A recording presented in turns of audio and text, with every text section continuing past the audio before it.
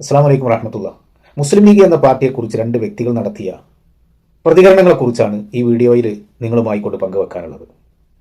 ഞാനൊക്കെ പിറന്നു വീണത് തന്നെ ഒരു മുസ്ലിം ലീഗ് കുടുംബത്തിലാണ്.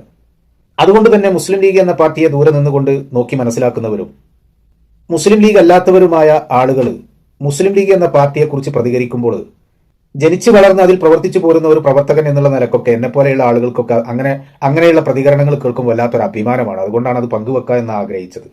ഏതായിരുന്നാലും മറ്റാരുമല്ല, സംഘപരിവാറും BJPയുമായി കൊണ്ടുള്ള എല്ലാ ബന്ധങ്ങളും വിച്ഛേദിച്ചുകൊണ്ട് ഇന്ത്യൻ നാഷണൽ കോൺഗ്രസിൽ മെമ്പർഷിപ്പ് എടുത്ത് ആ പാർട്ടിയുടെ പ്രവർത്തകനായി ചേർന്നുകൊണ്ട് പ്രവർത്തിക്കാൻ തീരുമാനിച്ച സന്ദീപ് വാര്യരാണ് ഒന്ന്.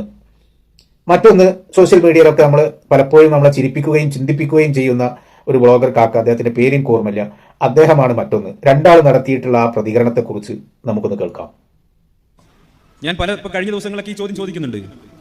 എന്റെ പഴയകാല സഹപ്രവർത്തകരോട് ചോദിക്കാൻ ആഗ്രഹിക്കുന്നത്, ഞാൻ മുസ്ലിം ലീഗുമായി സഹകരിച്ചു കഴിഞ്ഞാൽ, ലീഗിന്റെ വേദികളിൽ പോയാൽ, കൊടപ്പനക്കൽ തറവാട്ടിൽ പോയാൽ, പാണക്കാട് തങ്ങളുടെ അടുത്ത് പോയാൽ ഞാൻ തീവ്രവാദിയാകുമെങ്കിൽ, ലീഗിനോട് സഹകരിച്ചാൽ ഞാൻ തീവ്രവാദിയാകുമെങ്കിൽ BJPക്കാര ഒറ്റ കാര്യത്തിലാണ് മറുപടി പറയേണ്ടത്.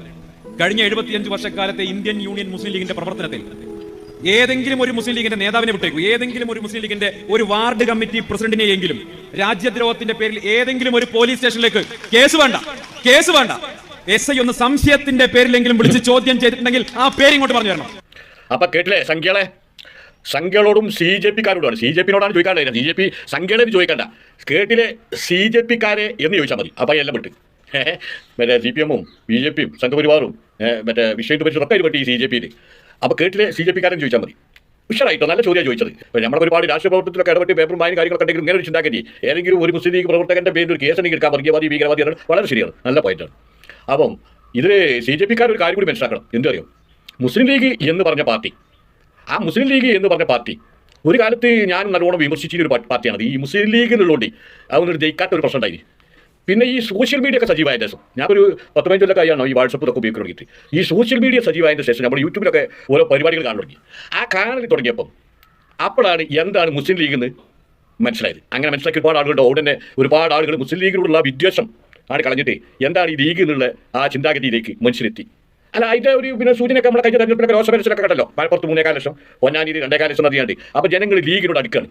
എന്താണ് ഇതിന് കാരണം എന്ന് ചോദിച്ചു കഴിഞ്ഞാൽ, ഇവിടെ ഇങ്ങനെ ഏതെങ്കിലുമൊക്കെ രാഷ്ട്രീയ പാർട്ടി രാഷ്ട്രീയ ലാഭത്തിന് വേണ്ടിയിട്ട്, അല്ലെങ്കിൽ ഒരു സീറ്റ് കിട്ടാൻ വേണ്ടിയിട്ട്, അല്ലെങ്കിൽ ഒരു പഞ്ചായത്ത് കിട്ടാൻ വേണ്ടിയിട്ട്, അല്ലെങ്കിൽ ഒരു മുനിസിപ്പാലിറ്റി കിട്ടാൻ വേണ്ടിയിട്ടൊക്കെ കളിക്കുന്ന ആ നീചമായ കളികളുണ്ടല്ലോ, ആ കളികൾ കളിക്കാൻ വേണ്ടി ഉണ്ടാക്കിയ പാർട്ടിയല്ലേ മുസ്ലിം ലീഗ് എന്ന് പറയുന്നത്. പകരം ജനങ്ങളെ പ്രയാസങ്ങൾ അനുഭവിക്കുന്ന, കഷ്ടത അനുഭവിക്കുന്ന, ദുരിതങ്ങൾ അനുഭവിക്കുന്ന ജനങ്ങളെ ഏത് രീതിയിൽ നമുക്ക് സഹായിക്കാൻ പറ്റും അത് കാണിച്ചു തന്ന ഒരു പ്രസ്ഥാനമാണ് മുസ്ലിം ലീഗ്. ബോധ്യപ്പെട്ടു പറയാണ്, വെറുതെ ഒരു വാദത്തിന് വേണ്ടി നടത്തിയല്ല. ഇപ്പം ഞാൻ അവിടെ അടുത്ത കാലത്ത് കണ്ടിട്ട് നമ്മുടെ തമിഴ്നാട്ടിൽ ഒരു കുടുംബം വന്ന് സഹായം ചോദിച്ചതാ. അവർ ലീഗാരല്ല, കേരളക്കാരല്ല, മുസ്ലിം അല്ല, ഒന്നും അവിടെ ചോദ്യമല്ല. ഇതൊന്നും അവിടെ ചോദിച്ചിട്ടില്ല. കേരളത്തിലാണോ ചോദിച്ചില്ല, മുസ്ലിമാണോ ചോദിച്ചില്ല, BJP ആണോ ലീഗാണോ ഒന്നും ചോദിച്ചില്ല. എന്താ ചോദിച്ചത്, മകൻ അവിടെ കുടുങ്ങിയത് സഹായിക്കണം. ഉടൻ തന്നെ ഗൾഫിലേക്കൊക്കെ ബന്ധപ്പെട്ട് ആ കുടുംബത്തിന്റെ അത്താണിയെ അവരുടെ അടുത്തേക്ക് എത്തിച്ചു കൊടുക്കാൻ ആ പാണക്കാട് കുടുംബം കളിച്ച്, അതുപോലത്തെ 100 കണക്കിന് 1000 കണക്കിന് ഞാൻ ഒരുപാട് കണ്ടു കഴിഞ്ഞ രസമാണ് എനിക്കിത് തിരുത്തേണ്ടി വന്നത്. ഒരുപാട് സംഭവങ്ങൾ ആ പാണക്കാട് കുടുംബത്തിൽ നിന്ന് സമൂഹത്തിന് വേണ്ടി ചെയ്തു കൊടുക്കുന്നത് കണ്ടപ്പോൾ എൻ്റെ അഭിപ്രായത്തിൽ എനിക്ക് മാറ്റം പറ്റേണ്ടതെന്ന്, ലീഗിനോടുള്ള സമീപനത്തിൽ എനിക്ക് മാറ്റം പറ്റുന്നത്, അങ്ങനെ സ്വയം മാറ്റം പറ്റുന്നതാണ് ഞാൻ. അപ്പോൾ ഈ പറഞ്ഞത് ഇപ്പം സന്ദീപ് വാര്യർ ഇപ്പോൾ കോൺഗ്രസ് വന്നതിന് ശേഷം പറയുന്നതാണെങ്കിൽ കൂടിയിട്ട് അതിൻ്റെ എത്രയോ മുമ്പ് മനസ്സിലാക്കിയ ആളാണ്. അപ്പോൾ ഈ മുസ്ലിം ലീഗ് എന്ന് പറയുന്നത് ഒരു രാഷ്ട്രീയ പാർട്ടിയല്ല കൂട്ടരെ. ഈ പ്രസ്ഥാനം കേരളത്തിൽ നിലനിൽക്കണം. ഇത് നിലനിൽക്കേണ്ടത് പൊതുസമൂഹത്തിൻ്റെ, കേരളത്തിലെ മൊത്തം സമൂഹത്തിൻ്റെ ആവശ്യമാണ്. ഈ പ്രസ്ഥാനം നിലനിൽക്കല്ല ഒരു മലപ്പുറത്തോ അല്ലെങ്കിൽ ഒരു തലശ്ശേരിയിലോ ഒരു വടകരയോ ഒന്നും നിലക്കേണ്ട ഒരു പ്രസ്ഥാനമല്ലത്. ഇത് കേരളത്തിൽ മൊത്തം ഈ പ്രസ്ഥാനത്തിന് പേരോട്ടുണ്ടാകും. കേരളത്തിൽ മൊത്തത്തിൽ ഈ പ്രസ്ഥാനം വളരണം എന്ന് ആഗ്രഹിക്കുന്ന ഒരാളാണ് ഞാൻ. എന്തുകൊണ്ടെന്ന് ചോദിച്ചാൽ, ആവശ്യത അനുഭവിക്കുന്ന, പ്രയാസങ്ങൾ അനുഭവിക്കുന്ന, കഷ്ടതകൾ അനുഭവിക്കുന്ന, കുടിലുകളില്ലാത്ത, മരുന്ന് വാങ്ങാൻ പാടില്ലാത്ത, ചികിത്സിക്കാൻ കഴിവില്ലാത്ത, ജയിലിലും മറ്റൊക്കെ അകപ്പെട്ട് പ്രയാസങ്ങൾ അനുഭവിക്കുന്ന അങ്ങനെ 100 കണക്കിന്. ഒരു ഉദാഹരണം കൂടി, വയനാട്ടിലെ നമ്മൾ ആ ദുരന്തം എന്തായിരുന്നു, ആ ദുരന്തത്തിന് ആരായിരുന്നു ആ ദുരന്തത്തിന് മുന്നിൽ എന്ന് സംഘപരിവാർ നേതാവ് സുരേന്ദ്രൻ തന്നെ പറഞ്ഞു കഴിഞ്ഞു. ലീഗിന്റെ ഇടപെടൽ നമുക്ക് പിന്നെ തള്ളിക്കളയാൻ പറ്റുന്നതല്ല. ലീഗിന്റെ ഇടപെടൽ വളരെയധികം അനിവാര്യമായി അവിടെ വയനാട്ടിൽ, വളരെയധികം സ്വീകാര്യമായി വയനാട്ടിൽ. അത് പറഞ്ഞിട്ട് സുരേന്ദ്രൻ എത്തിയെങ്കിൽ ഇനി നമുക്കൊരു കാര്യം, ലീഗിന് ഒരു കാര്യം ഒരാൾ പറഞ്ഞ് മനസ്സിലാക്കേണ്ട ആവശ്യമില്ല. ഞാനും പറഞ്ഞ് മനസ്സിലാക്കേണ്ട ആവശ്യമുണ്ടോ? പിന്നെ മനസ്സിലാക്കേണ്ട ആവശ്യമുണ്ടോ? ആരെ? നമ്മുടെ CPM-മാരെ. ഓരോ ലക്ഷ്യം എന്താണെന്ന് ചോദിച്ചു കഴിഞ്ഞാൽ, ഇവിടെ ലീഗ് കരുണ ചെയ്യുന്നുണ്ടോ, നന്മ ചെയ്യുന്നുണ്ടോ, ജനങ്ങൾക്ക് വേണ്ടി പ്രവർത്തിക്കുന്നുണ്ടോ? അതല്ല ഓരോ പ്രശ്നം. ഓരോ പ്രശ്നം എന്താണെന്ന് ചോദിച്ചു കഴിഞ്ഞാൽ, ഓർക്ക് കേരളത്തിൽ ഒരു സീറ്റ്, ലീഗിന് കേരളത്തിൽ നിന്ന് 2 സീറ്റ്. അതാണ് ഓരോ പ്രശ്നം. അതായത് ദേശീയ പാർട്ടിയായ CPM-ന് കേരളത്തിൽ നിന്ന് ലോക്സഭയ്ക്ക് കിട്ടിയത് 1 സീറ്റ്, മലബാർ പാർട്ടിയായ ലീഗിന് കേരളത്തിൽ നിന്ന് കിട്ടിയത് 2 സീറ്റ്. അപ്പോൾ ഇവരെ മുകളിൽ ഇത് പോകണ്ടോ എന്നുള്ള ആ ചിന്താഗതിയാണ് ഓരോ മാനസികമായിട്ട് തകർക്കുന്നത്. അതുകൊണ്ട് ഇനിയിപ്പോൾ നമ്മൾ കൂടുതൽ പറയുന്നതിന് മുമ്പ് നമ്മുടെ സന്ദീപ് വാര്യർക്ക് പറയാനുള്ള കൂടി ബാക്കിയുടെ കൂടി നമുക്ക് കേൾക്കാം. മറിച്ച് ഈ നാട്ടിലെ CPM-ഉം BJP-യും സഹകരിച്ചിട്ടുള്ള, നിങ്ങൾ കാലാകാലങ്ങളിൽ പിന്തുണച്ചിട്ടുള്ള പലരുടെ പേരിലും തീവ്രവാദ ആരോപണങ്ങൾ വന്നിട്ടുണ്ട്. നിങ്ങൾ സഹകരിച്ചിട്ടുള്ളവർ നിങ്ങൾ കൈകൊടുത്തിട്ടുള്ളവരുടെ പേരിലാണ് തീവ്രവാദ ആരോപണം വന്നിട്ടുള്ളത്, ദേശദ്രോഹത്തിന്റെ ആരോപണം വന്നിട്ടുള്ളത്. ഇന്ത്യൻ യൂണിയൻ മുസ്ലിം ലീഗിന്റെ ചരിത്രത്തിൽ എവിടെയും അതിന്റെ ഒരു പ്രവർത്തകനും ദേശദ്രോഹത്തിന്റെ പേരിൽ, തീവ്രവാദ പ്രവർത്തനത്തിന്റെ പേരിൽ, മതസഹോദര്യം തകർക്കുന്ന ഏതെങ്കിലും ഒരു പ്രവർത്തനത്തിന്റെ പേരിൽ ഇന്നേ വരെ ഒരു കേസിലും പ്രതിയായിട്ടില്ല. സംശയത്തിന്റെ പേരിൽ ഒരു പോലീസ് സ്റ്റേഷനിലേക്ക് ഒന്ന് വിളിച്ച് ചോദ്യം ചെയ്യപ്പെടേണ്ട സാഹചര്യം പോലും ഉണ്ടായിട്ടില്ല എന്നുള്ളത് തന്നെയാണ് മുസ്ലിം ലീഗ് ഒരു മതേതര സമൂഹത്തിന് വേണ്ടി പ്രവർത്തിക്കുന്നു എന്നുള്ളതിന് ഏറ്റവും വലിയ ഉദാഹരണം. അപ്പോൾ കേട്ടില്ലേ സുഹൃത്തുക്കളെ, സന്ദീപ് വാര്യർക്ക് പറയാനുള്ള ഇപ്പോൾ കേട്ട് കഴിഞ്ഞു. അപ്പോൾ സന്ദീപ് വാര്യർക്ക് ഉണ്ടായ ഈ തിരിച്ചറിവ്, ആ തിരിച്ചറിവ് ഒരുപക്ഷെ ഈ പാർട്ടിയിൽ വരുന്നതിന് മുന്നേ തന്നെ ഒരുപക്ഷെ എന്റെ വ്യക്തിപരമായിട്ടുള്ള അഭിപ്രായട്ടോ ഈ തിരിച്ചറിവ് സന്ദീപ് വാര്യർക്ക് ഉണ്ടായിരിക്കാം. അതുകൊണ്ടാണ് ഇത്രയും ക്ലിയർ ആയിട്ട് സന്ദീപ് വാര്യർക്ക് പറയാൻ കഴിയുന്നത്. ഇതിന്റെ മുന്നേ ഉണ്ടാവും ലീഗിനെ കുറിച്ചുള്ള നിലപാടുകളും ലീഗിനെ കുറിച്ചുള്ള അഭിപ്രായം, ലീഗിനെ കുറിച്ചുള്ള ചിന്താഗതിയൊക്കെ ഇതിന്റെ മുന്നേ തന്നെ ഒരുപക്ഷെ സന്ദീപ് വാര്യർക്ക് ഉണ്ടാവും. അല്ലെങ്കിൽ ഇത്ര ക്ലിയർ ആയിട്ട് പറയാൻ കഴിയില്ലല്ലോ. അപ്പോൾ ആ CJP തന്നെ ഒരുപാട് ആളുകൾക്ക് എന്താണ് മുസ്ലിം ലീഗ്, എന്താണ് പാലക്കാട് കുടുംബം, ഇതൊക്കെ അവർക്ക് അറിയാം. പിന്നെ എന്താ വെച്ചാൽ അവർക്ക് ജയിക്കണമെങ്കിൽ, ഒരു സീറ്റ് കിട്ടണമെങ്കിൽ, ഒരു പഞ്ചായത്ത് കിട്ടണമെങ്കിൽ, ഈ മുസ്ലിം ലീഗിന്റെ ആ ജനപിന്തുണയെ മറികടന്ന് പോകണമെങ്കിൽ മുസ്ലിം ലീഗ് വർഗീയ പാർട്ടിയാണെന്ന് പറയാല്ലാതെ ഓർക്ക് വേറെ ഒരു നിവൃത്തിയില്ലാത്തതുകൊണ്ടാണ് അതൊരു രാഷ്ട്രീയ വാക്വാദമായിട്ട് മാത്രം അതിനെ കണ്ടാൽ മതി. അതിന്റെ ഉള്ളിൽ തന്നെയുള്ള ഒരുപാട് ആളുകൾ. ഇപ്പോൾ സുരേന്ദ്രന് ഒരു കാലത്ത് പറയാൻ കഴിഞ്ഞിട്ടില്ല മുസ്ലിം ലീഗ് ഒരു വർഗീയ പാർട്ടിയാണ്. CPM അറിയിട്ടോ സുരേന്ദ്രൻ അങ്ങനെ പരസ്യമായിട്ട് മുസ്ലിം ലീഗ് ഒരു വർഗീയ പാർട്ടിയാണ് എന്ന് പറയാം. കാരണം മുസ്ലിം ലീഗ് ഈ സുരേന്ദ്രൻ എന്നൊക്കെ പറഞ്ഞാൽ പാണക്കാട് കുടുംബമായിട്ട് നല്ല ബന്ധമുള്ള ഒരാളാണ്, നേരിട്ട് കണ്ടിട്ടുള്ള ആളുമാണ്. ഇവരൊക്കെ സംബന്ധിച്ചിടത്തോളം ഇവർക്കറിയാം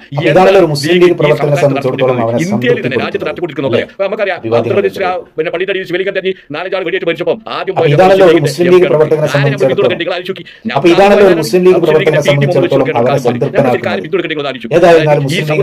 മുസ്ലിം ലീഗിന് പേര്, പക്ഷെ അവരെടുത്തേക്ക് കൈ നീട്ടി വരുന്ന ആളുകൾ മുസ്ലിമാണോ ലീഗാണോ എന്ന് ഒരു നോക്കില്ല. അതുകൊണ്ട് ആ പേരാണ് ഒന്നോട് സുഹൃത്തുക്കളെ നമുക്കത് ആവശ്യമാണ്. നമ്മളെ സംരക്ഷിച്ച് നിർത്താൻ അല്ലെങ്കിൽ നമുക്ക് പോരാടാൻ ആ പേരാണ് ആവശ്യമാണ്. ആ പിന്നെ രാഹുൽ മാങ്കുട്ടത്തിനൊക്കെ വിജയിപ്പിക്കാൻ വേണ്ടി ആ പാലക്കാടൊക്കെ വന്നുകാട്ട് പ്രവർത്തിച്ച പ്രവർത്തനം നേരിൽ കണ്ട 3 ദിവസം ഉണ്ടായി. അതുപോലെ വയനാട് പ്രിയങ്കക്കും വേണ്ടിയിട്ട് ആ മുസ്ലിം ലീഗ് പ്രവർത്തിച്ച് നിങ്ങൾ ഈ കോൺഗ്രസ് വിചാരിക്കുന്ന മാതിരി ആ ലീഗ് വിചാരിച്ചില്ലെങ്കിൽ ആ 4 ലക്ഷം പ്രിയങ്കക്ക് ഉണ്ടാവില്ല, പാലക്കാട് പിന്നെ രാഹുൽ മാങ്കുട്ടത്തിന് ജയത്തിന് തർക്കണ്ടാവില്ല. അപ്പം ഇത്രയും ആത്മാർത്ഥമായിട്ട് ഈ മുസ്ലിം ലീഗ് ഈ പാർട്ടിക്കൊപ്പം നിൽക്കുമ്പോൾ ഒന്ന് ചങ്ങന്മാരെ ആ പാർട്ടിയെ വിചാരിച്ചിട്ടുണ്ടെങ്കിലും ഈ കോൺഗ്രസ് ഒന്ന് നേരം വെളുക്കട്ടെ എന്ന് നമുക്ക് പ്രാർത്ഥിക്കാം. അപ്പോൾ സന്ദീപ് വാര്യർ സംഘികൾക്ക് കൊടുത്ത ആ മറുപടികളെല്ലാം കേട്ടല്ലേ. ഇത് ഒരുവിധം BJP നേതാക്കന്മാർക്കൊക്കെ ഉള്ള അഭിപ്രായമാണ്. ആ അഭിപ്രായമാണ് സന്ദീപ് വാര്യർ പറഞ്ഞത്. പക്ഷേ ആ പാർട്ടിയിൽ ഇരുന്ന് കൊണ്ട് പറയാൻ പറ്റില്ലല്ലോ. അതാണ്. അപ്പോൾ മുസ്ലിം ലീഗ് എന്ന പ്രസ്ഥാനം ഈ കേരളത്തിലും ഇന്ത്യയിലും തയ്ച്ചു വളരട്ടെ. അവർക്ക് എല്ലാവിധ ഭാവങ്ങളും നേരുന്നു. ആ പാർട്ടി വളരണം. ആ പാർട്ടിയിലാണ് ജനങ്ങൾക്ക് വിശ്വാസമുള്ളത്. മുസ്ലിം ലീഗ് എന്ന പാർട്ടി കേരളത്തിലെ പൊതുസമൂഹത്തിന്റെ ഇടയിലും പിന്നെ സാമുദായിക സംഘടനകളുടെ ഇടയിലും മൊത്തം ജനങ്ങളുടെ ഇടയിലും പ്രവർത്തന മികവ് കാണിച്ചു തന്ന പാർട്ടിയാണ് മുസ്ലിം ലീഗ്. അതൊരു സ്നേഹത്തിന്റെ സന്ദേശമാണ്, ഒരു രാഷ്ട്രീയ പാർട്ടിയുടെ സന്ദേശമല്ല. മുസ്ലിം ലീഗ് എന്ന് പറയുന്നത് ഒരു സ്നേഹത്തിന്റെ കരുണയുടെ സംഘടനയാണ്. സ്നേഹത്തിന്റെ സന്ദേശമാണ് മുസ്ലിം ലീഗിൽ നിന്നും ജനങ്ങൾക്ക് നൽകിക്കൊണ്ടിരിക്കുന്നത്. ഈ അടുത്ത കാലത്ത് മുസ്ലിം ലീഗിനുണ്ടായിട്ടുള്ള വളർച്ച, ആ വളർച്ച ഒരു പരിധിവരെ പിന്നെ CPM പോലുള്ള BJP പോലുള്ള പാർട്ടിയെ അലോസരപ്പെടുത്തിയിട്ടുണ്ട്. അത് നമ്മൾ കാണേണ്ട കാഴ്ച തന്നെയാണ്. അതുകൊണ്ട് തന്നെയാണ് ഇൻ കേരളം ഒരു മിനി പാകിസ്ഥാൻ എന്ന് പറയുന്നിടത്തേക്ക് വരെ ഇവർ എത്തിച്ചേരാനായിട്ടുള്ള കാരണം അത് മുസ്ലിം ലീഗിന്റെ വളർച്ചയാണ് ഇവരെ ബേജാറാക്കുന്നത്. സത്യത്തിൽ ഇവിടെ ബേജാറാക്കുന്നതും ഇവരെ അലട്ടുന്നതും മുസ്ലിം ലീഗിന്റെ ഈ വളർച്ചയാണ്. എങ്ങനെയാണ് സുഹൃത്തുക്കളെ മുസ്ലിം ലീഗിന്റെ വളർച്ച ഉണ്ടായത്? നിങ്ങൾ പോലുള്ള നിങ്ങളുടെ പാർട്ടിയിൽപ്പെട്ട മതത്തിൽപ്പെട്ട ജാതി മതഭേദമന്യേ ആ കുടുംബത്തിൽ എത്തിച്ചേരുന്നുണ്ട്. അതുകൊണ്ടാണ് ആ പാർട്ടി ഇത്രത്തോളം വളരാൻ കാരണമായത്. ഇപ്പോൾ ഇന്നലകളിൽ ഇവിടെ പറയുകയുണ്ടായി കേരളം ഒരു മിനി പാകിസ്ഥാനാണ്. ഇന്നലകളിൽ കേരളം ഒരു മിനി പാകിസ്ഥാനാണ് എന്ന് പറഞ്ഞത് ഈ മുസ്ലിം ലീഗിനെ കണ്ടുകൊണ്ടാണെങ്കിൽ സുഹൃത്തുക്കളെ, സംഘികളെ, നിങ്ങളോട് ഞാൻ അടിവരയിട്ട് പറയുന്നു, നാളെ നിങ്ങൾക്കും ഒരത്താടിയായി ഈ മുസ്ലിം ലീഗ് എന്ന പ്രസ്ഥാനം നിലകൊള്ളും, ഉണ്ടാവും, നിങ്ങളുടെ കൂടെ ഉണ്ടാവും എന്നുകൂടി അടിവരയിട്ട് കൊണ്ട് പറയാൻ ഞാൻ ആഗ്രഹിക്കണം ഈ അവസരത്തിൽ. അതുപോലെ തന്നെ ഇവിടെ മുസ്ലിം ലീഗിന്റെ പ്രവർത്തനത്തെ അതിന്റെ ആദ്യത്തെ നിങ്ങളുടെ മുന്നിൽ കൃത്യമായി അവതരിപ്പിച്ച സന്ദീപ് വാര്യർ എന്ന നേതാവിന് 1000 അഭിവാദ്യങ്ങൾ. അവരെയും അഭിനന്ദിക്കാൻ വേണ്ടി ഈ വീഡിയോ ഉപയോഗപ്പെടുത്തുകയാണ്. മറ്റൊരു വിഷയവുമായി കൊണ്ട് വീണ്ടും കാണാം. അസ്സലാമു അലൈക്കും.